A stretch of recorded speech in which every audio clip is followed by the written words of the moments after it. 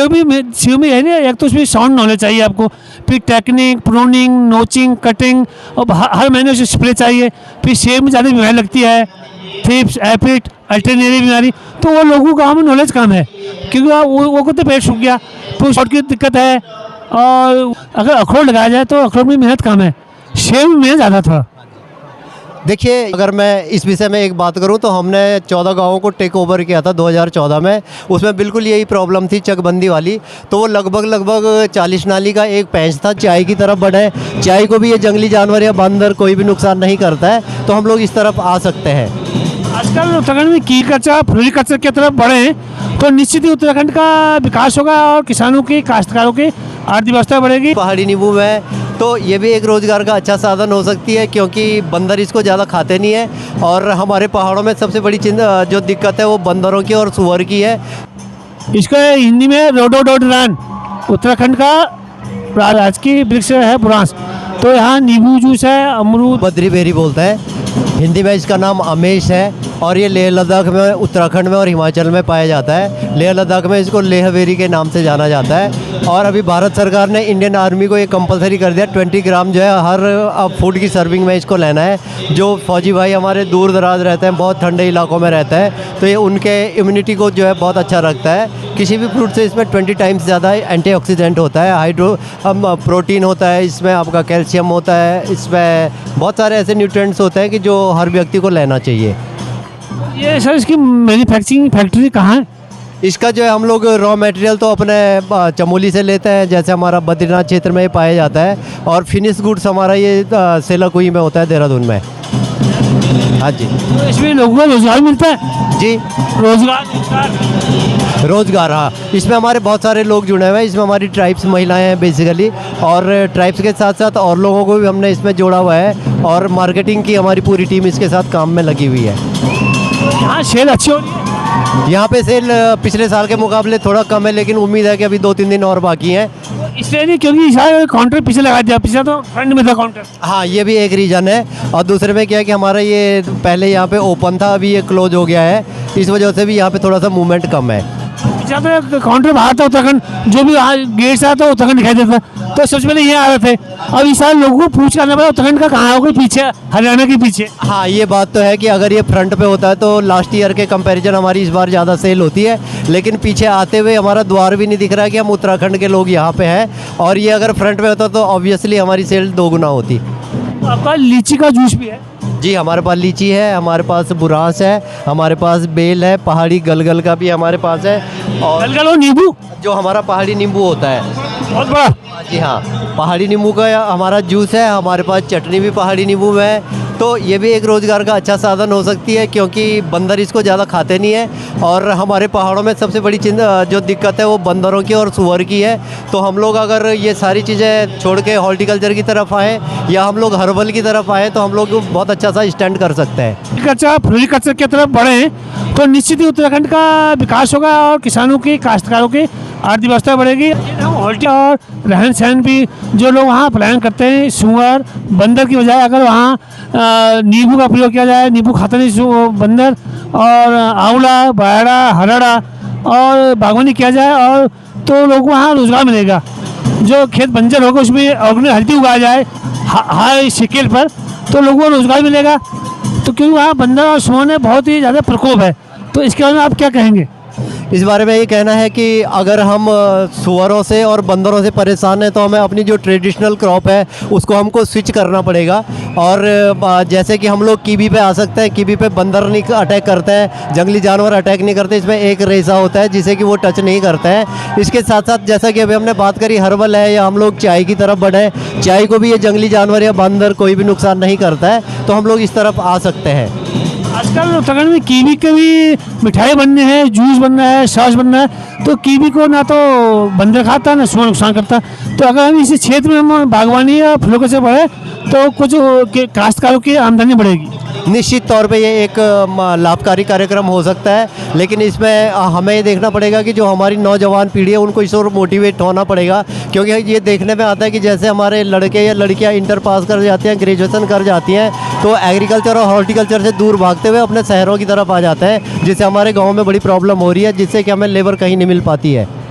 अगर जो लोग BSc MSc अगर हॉर्टिकल्चर फ्लोरिकल्चर से किया जाए तो वो लोग किसानी काश्तकारी करते हैं। लोगों को बागवानी का वहाँ नॉलेज कम है, इसलिए लोग यहाँ उस नकारात्मक सोच करते हैं। ये भी एक कारण हो सकता है कि क्या ये भी एक कारण है।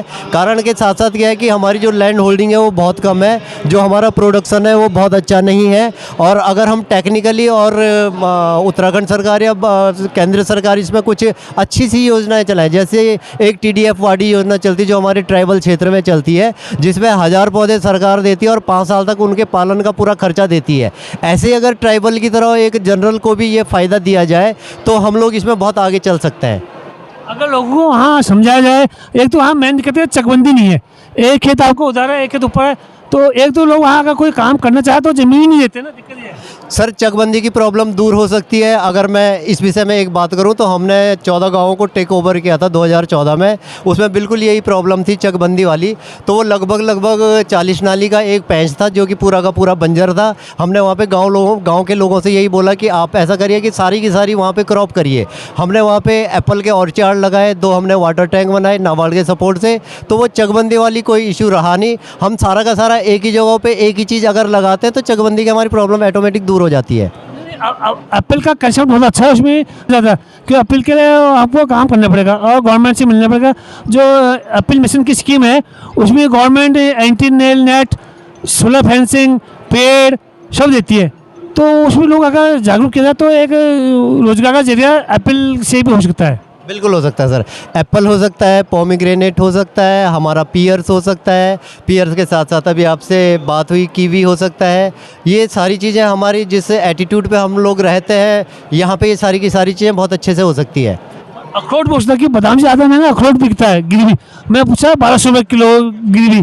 अगर अखरोट लगाया जाए तो अखरोट में मेहनत कम है, सेब में मेहनत ज़्यादा थोड़ा। देखिए ये सेब की जो काश्तकारी है वो टेक्निकली बहुत साउंड है। इसमें कम से कम 8 बार हमको जो है पूरे साल भर में छिड़काव करना पड़ता है, जो कि एक छोटा सा काश्तकार नहीं कर पाता है। और आपने सही बोला कि अगर हम वॉलनट या अखरोट की तरफ आते हैं तो इसमें थोड़ा सा मेहनत कम है, और हम अगर अच्छे सी वैरायटी के लगाते हैं तो ऑब्वियसली इसमें अच्छा सा काम हो सकता है। और नींबू खेती किया तो ये बेहतर होगा। बिल्कुल सर, आपने सही कहा कि जैसे सेब में बहुत सारी बीमारियां लग जाती हैं, लेकिन अभी टेक्नोलॉजी बहुत आगे बढ़ चुकी है और अभी M9 और M11 जो वैरायटी चल रही है सेब की, ये 2 से 2.5 साल में जो है फ्रूटिंग पे आ जाती है। तो जैसे हमारे पहले चलता था रॉयल चलता था, कुछ और वैरायटी चलती थी जिसमें 15-20 साल की वेटिंग करनी पड़ती थी। 15-20 साल तक आज का किसान वेटिंग नहीं कर सकता है। इसमें 2-2.5 साल में ये हो सकता है। आपने अभी बोला कि अखरोट हो गया या प्लम हो गया या आड़ू हो गया, इसमें हम लोग आ सकते हैं और बहुत अच्छा सा हमारा काश्तकार इसमें काम कर सकता है। जो आपने बताया M9 तो ये बोना पेड़ है, तो वहाँ तो सेब में दिक्कत है, उसको पानी चाहिए। देखिए ये कम पानी में भी हो जाता है, और हाँ इरिगेशन की इसमें ज़रूरत है। जो नमी वाली उत्तराखंड की बहुत स्पेशल हर्बल्टी है। अभी सर जैसे आपसे बात हुई कि बंदर और सुअर की बहुत बड़ी दिक्कत है, उसी दिक्कत को दूर करने के लिए हम लोगों ने प्रेजेंट किया है हिमालयन फ्लोरा हर्बल्टी। इसमें 11 टाइप की एंटीऑक्सीडेंट हर्ब्स हैं। इसमें हमारी बद्रीनाथ की तुलसी है, आप बुरांस देख रहे हैं, रोडोडेंड्रॉन, इसके फ्लावर्स इसके अंदर है, धमस्क रोज़ ऑब्वियसली बहुत अच्छा फ्लावर है, सबसे महंगा फ्लावर है, रोज़ की वैरायटी है। इसके अंदर हमने जो है नेटल यूज़ किया हुआ है, जो हमारे वहाँ जंगलों में ट्रेडिशनली होता है। इसके अंदर जो है तेज पत्ता है, इसके अंदर हमने ये रोज़मेरी डाली हुई है, इसके अंदर हमने कैमोमाइल डाली हुई है। ऐसी तमाम औषधीय हमने इसके अंदर हर्ब्स को यूज किया हुआ है। तो हम लोग वहाँ से स्विच करके इस तरफ आ सकते हैं, और अगर एक बल्क प्रोडक्शन हमारे पास होता तो हमारे पास एक अच्छे बायर की रेंज होती है, और हम लोग नेशनल के, हम लोग global to local to global to international हम लोग जा सकते हैं। कंडाली का भी तो है, कंडाली इसके अंदर है जी। आपको कंडाली हमारा शौर बोलते हैं। Okay, very nice. सर ये आप देख रहे होंगे ये जम्बू फरन है। हमारे वहाँ पे 2 रीजन है, गढ़वाल रीजन और कुमाऊँ रीजन। कुमाऊँ रीजन में इसको जम्बू बोला जाता है और हमारे गढ़वाल रीजन में इसको फरन बोला जाता है। ये बहुत ही अच्छी हर्ब्स हमारी ये मानी जाती है। इसको हमारे तड़के में यूज करते हैं, बहुत अच्छी खुशबू देती है, डाइजेशन के लिए बढ़िया है, डायबिटिक जो लोग हैं उनके लिए बहुत बढ़िया है। यहाँ तक कि आप इसकी प्रॉपर्टी देखेंगे तो ये एंटी कैंसर तक है। तो इस पर भी हम लोग बहुत अच्छा सा काम कर रहे हैं और आगे भी हमारे काश्तकार इस पर काम कर सकते हैं। भांग भी तो है। भांग भी हमारे पास है, ये हमारा ट्रेडिशनल है और ये वो नशे वाली भांग नहीं है, ये हमारे उत्तराखंड में जो है वैध है। और इसमें जो है हमारा फाइबर बहुत ज़्यादा होता है, इसके अंदर ओमेगा 3 होता है, ओमेगा 6 होता है, यानी कि फ़िश की जो प्रॉपर्टी होती है वो सारी की सारी इससे कंप्लीट हो जाती है। हम लोगों के ट्रेडिशनल उसमें इसको लेते ही लेते थे, चटनी हम लोग बनाते हैं इसका, और ऐसे तवे में रोस्टेड करके हम लोग इसको खा लें तो फ्लैक्स सीड की तरह ये हम यूज कर सकते हैं। इसके कपड़े भी तो बनते हैं। हाँ, इसका फाइबर बड़ा महंगा है और अगर हम देखें तो हमारे कुछ काश्तकार इसमें काम कर रहे हैं और ये धीरे धीरे अपनी एक नई पहचान और नई मार्केट बनाता जा रहा है। और अगर गवर्नमेंट इसमें अच्छा सा सपोर्ट करे तो इससे कम 120 आइटम इससे बनता है। इसमें हमारे कॉस्मेटिक से लेके कपड़ों से लेके बहुत सारे आइटम हमारे इससे बन जाते हैं। ये गहत है, कुल्थी भी इसको बोलते हैं, स्टोन रिमूवर का ये बहुत अच्छा काम करता है और इस पर भी हम लोग अच्छा सा काम कर सकते हैं। झंगोरा भी है जी, झंगोरा भी है, इसको हम लोग झंगोरा बोलते हैं। हमारे जो प्लान में भाई लोग रहते हैं वो इसको जो है सामक का चावल बोलते हैं और हम लोग इसको इंग्लिश में अगर आते हैं तो इसको मिलेट बोला जाता है। इसमें फाइबर। और मंडवा भी है।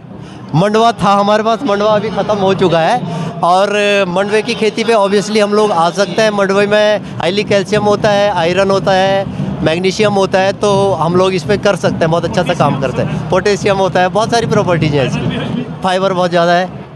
वो तो डायबिटीज के लिए बहुत दाम बढ़ा है। इसके लिए बढ़िया है, बहुत बढ़िया है। डायबिटीज हार्ट पेशेंट हार्ट के लिए बहुत बढ़िया है। तो आपका टाइम देने का बहुत धन्यवाद। Thank you sir, thank you so much.